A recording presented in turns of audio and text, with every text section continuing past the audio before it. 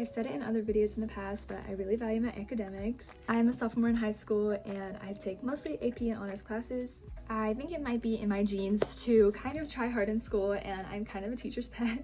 Nonetheless, I also definitely get pretty bored and tired of school, so this is kind of how I romanticize school and my soft coquette girl study routine. Something that I really prioritize is being aesthetic and looking cute while I'm studying. It helps me stay motivated. And though I've made videos kind of like this in the past, I thought about my study routine and how I managed to get all A's on practically all the assignments. Today we're going to be working on some homework. I'm going to be sharing some study tips and how you can always ace your tests. I've got to put on my glasses because I'm blind. Our first category is homework, and I'm going to be telling you how you can stay motivated to do your homework and some tips that help me whenever doing mine.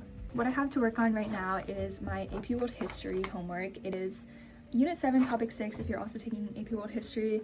I actually really like this unit. I really like learning about World War I and World War II. So this is a bunch of vocabulary from World War II. Our assignment is to basically just Google all of the vocabulary and write in-depth definitions for each of them. I did already do half of this worksheet out of my own knowledge, and this is kind of just some questions. One of them is, how did the Treaty of Versailles lead to World War II? So something that I really like with this class, and I know every class isn't like this, but if you get the homework assigned at the beginning of the week, instead of getting it all done right then, I like to do it the corresponding days that it's actually scheduled for, and I feel like that might be like a no-brainer. I definitely used to be the type of person to do all my homework as soon as I got it. I'll have the lesson for a few more days. I always recommend doing the homework the day before the lesson, or if you know what you're learning in class tomorrow, always refresh your mind on what that kind of is. The thing that you can do is reread your homework before getting into class so you're ready to answer questions and participate. Though, if your homework is assigned one day and it's due the next, I recommend doing that day. Do not let it get late, because having a missing my homework assignment is just silly to me.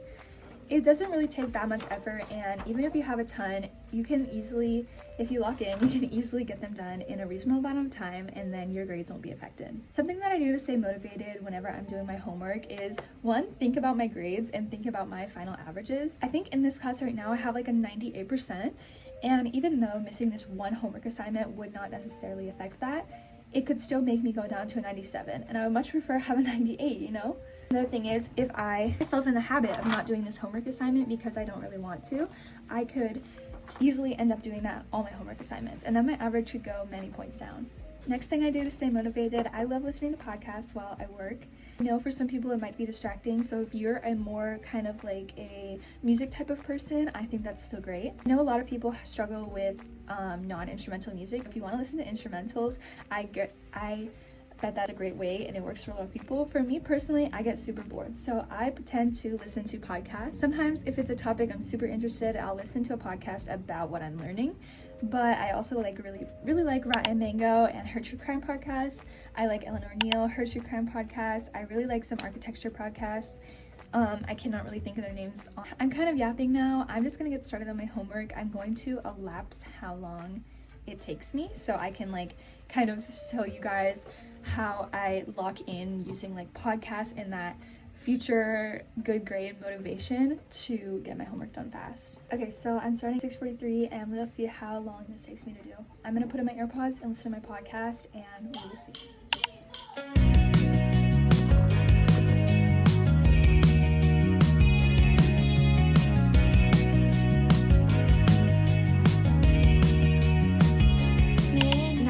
To read over all of these and just kind of like memorize them. Now that I've kind of just looked over them, that's basically it for my homework routine. I do have some more homework to do, but I'm not going to bore you with the same process. I'm not really sure if I have any tests this week or not. The assessment calendar has yet to come out, even though it's Tuesday, but I will see you whenever I have something to study for, to show you my real study routine and not my homework routine. I have a history test that I need to study for, so I'm going to bring you through my studying routine. The thing I do is make sure I'm motivated, and even if I'm not, I try to just force myself into that position. I get comfy, I get my pillows, water, and normally snacks. I just ate a bagel, so I'm not very hungry. But basically, I just make sure to get myself comfortable. A lot of times I'll put music in the background. I personally like listening to music that I know all the words to, so I don't have to think hard about singing along in my head. For me, this is mostly like Leve, Biba Doobie, Mitski. Those are my top 3. What I'm studying for is my AP World History test, and this is Unit 7, so it's all about World War I and World War II. For all my tests, the first thing that I always do is review all my material and then make it into a study guide. This helps me so much. I type all of it into a study guide from all of my worksheets, all of our lessons, the textbook if we have one, Google Slides, literally anything that we have done over the course of the unit. For this class, luckily my teacher actually posts a study guide. A lot of my classes do not do this, but for this one, I don't have to go through my notes as much. It's so helpful because not only does it help you organize everything into one section, you also remember a lot while you're making the study guide. I would definitely say that this is probably the lengthiest part of me studying. This is a longer unit, so the study guide will probably be upwards of 6 or 7 pages. There's been times where it's in 20s and it takes me literal hours to organize everything together, but do what we gotta do for the grind. I'm sorry, I don't know what that was. I feel like I have to sneeze. I'm gonna quickly get some of my papers. Here are some of my worksheets and homework that I've completed, so I'm going to basically take everything that is written on these papers, especially the more things, and put them on my study guide. I just make my study guides in Google Docs, and something that I also find helpful is using the new tabs feature. The font that I use is Spectral, and I always highlight everything in pink to make it super cute. My test is on Thursday, so I do have a couple of days to study, but I'm going to start by making my study guide today. I typically make my study guides a couple of days before the test, at least 2 days before. So if my test is on Thursday, I'll try to make my study guide at least Tuesday. Right now I'm making it Monday. But yeah, I'm just going to go through all of my information and collect it all into my study guide. It takes a really long time, but this is probably basically the only step that I'm going to be doing tonight. But when I tell you this works so good, something that you can do if you catch yourself feeling bored is either watch a podcast if that helps you focus. So for some people it's distracting. I personally like it a lot. I like true crime podcasts like Eleanor Neal and Rotten Mango. One of my best friends, she uses the Pomodoro method where you work for 25 minutes on and 5 minutes off. This can help a lot of people too. Personally, for me, it does not, but that's definitely another way to stay motivated through studying. I'm going to work on my study guide.